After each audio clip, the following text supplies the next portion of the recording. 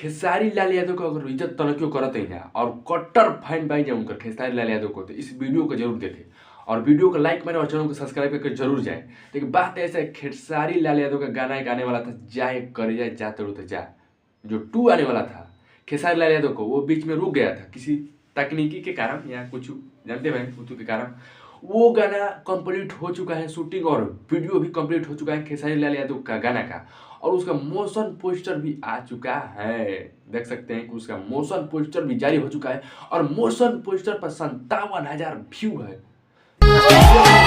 Teaser trend करने लगेगा, आप लोग का प्यार दुला रहेगा तो देखिए मोशन पोस्टर पर 57,000 व्यू है। और भोजपुरी से, जी हाँ, नींबू खरबूजा 2 जिस कंपनी से आया था उसी कंपनी से एक गाना आ रहा है खेसारी लाल यादव का, जाए करे जा जा तड़ो जा। एकदम शूटिंग वूटिंग कंप्लीट हो चुका है खेसारी लाल यादव का इस गाने का। एकदम गाना का बेसब्री था, एकदम फैन बहुत तबाही थी कि फैन बहुत तबाही की थी गाना क्यों नहीं आ रहा है। एकदम फाइनली गाना का डेट फिक्स हो चुका है कि कल इस गाने का टीजर आएगा और परसों दिन इस गाने का परसों दिन एकदम आप लोगों का एकदम बेसब्री से इंतजार था, जो इंतजार हुआ खत्म। अब गाना का कल टीजर आएगा और परसों दिन गाना ला चुका है।